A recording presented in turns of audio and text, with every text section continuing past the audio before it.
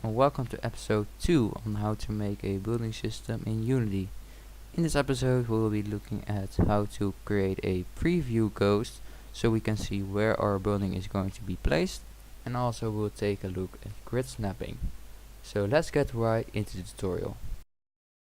Okay, so last episode we left off with this little system and it works pretty neat, but it has a few issues. First being that we can't see where we are going to place our building, and the buildings are currently not snapped to some sort of grid, which you might want for your game. So we're going to implement those in this episode, the first being the ghost preview. So go into your building handler script, and in here I'm going to create a game object and I'm going to call this ghost. So if this ghost variable, we can set this to a prefab respawn, and then we can change the properties of this prefab, so we can change it while it's in the world. You will see in a moment how it works. So in here I'm going to type if, and just like below here I'm going to check if the hit collider is equal to null.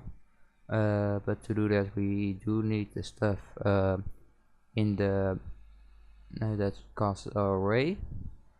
So I'm going to copy this over and place it in here, and then we can just check if the hit collider is equal to null.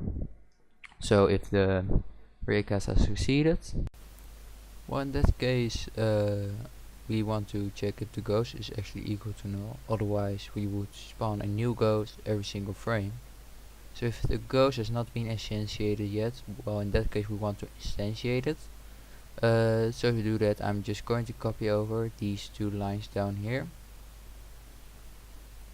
in the build method, and you also want to set the return value of the instantiate function into our ghost variable. So now our ghost variable will be equal to the newly instantiated object. Okay, so the next thing we want to do is we want to actually check if in this case that the ghost has been spawned, and in that case we only want to change the position of the ghost instead of instantiating a whole new one. So let's go down here and type else. So if the ghost isn't equal to null, and then we just type ghost.transform the position is equal to the hit point, the raycast position, and also we want to add the offset of the buildable. And to do that we need to put the buildable variable in the correct scope, so we can use it in here, buildable.offset. Alright, so this should all now work. Clean things up a bit and move some white space, and then hit save. Go back to Unity, and then we should see. Okay, so first of all we see the ghost appear in the inspector, which is not what we want. So we need to make this a private variable. Hit save, and then we should see that it now disappears. Okay, let's try it out, and we should see now that the building is now following our cursor, but it's exactly the same material as the other buildings, which can be quite confusing. But this is also very easy to do, so we need to just give it another material. And we're going to do this by creating another public variable. So go up here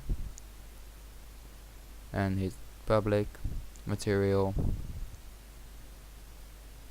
ghost material, and then down here the only thing we need to do is, if the ghost is instantiated, we need to change the material to the ghost material. So just type ghost dot get component renderer dot material is equal to the ghost material. Okay, so now let's just hit save and then go back to Unity, and we should see now that there is a new field. We can set the material, and I've already created a material for you. And now we see that we now have a very nice ghost preview. So that's part 1 of the tutorial done. Let's go into the grid snapping. Now the grid snapping is actually very easy to do. We are not going to use any form of grid object. We are just going to round off the position of our raycast point, so it's only going to be an integer coordinate, which is quite a sloppy way of doing things, but it is easy to understand. So first we're going to create a vector tree, call this position, and this is going to be our rounded hit position. So we're going to type new vector tree, and then in here I'm just going to enter the coordinates of our hit point, which is of course the hit point dot x, comma hit point dot y, comma hit point dot z. Now the only thing we have to do is we have to use the function in the mathf class called round to round off these 3 coordinates. So let's just do this for the hit point x, and then also for the hit point y and z as well. So basically what happens is every time the raycast is completed, the hit point is actually rounded off to be a integer, and therefore it can only be a point on the grid, which is so. Now down here we need to replace the hit points with our rounded position, and also do this right here, type position, and last but not least in the building just type position plus the offset. Alright, this should now work. Just hit save and go back to Unity, and let's just try this out. And here you can see that our cube is now snapping to the grid. So of course you can improve on this by defining some kind of grid object, so you can organize things a little bit more, or maybe bind the grid snapping to a key.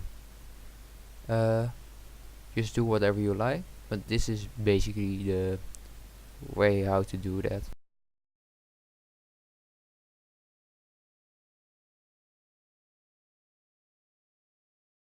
Okay, so that's actually it for this episode. If you enjoyed this video, leave a like down below, and if you like my videos, consider subscribing.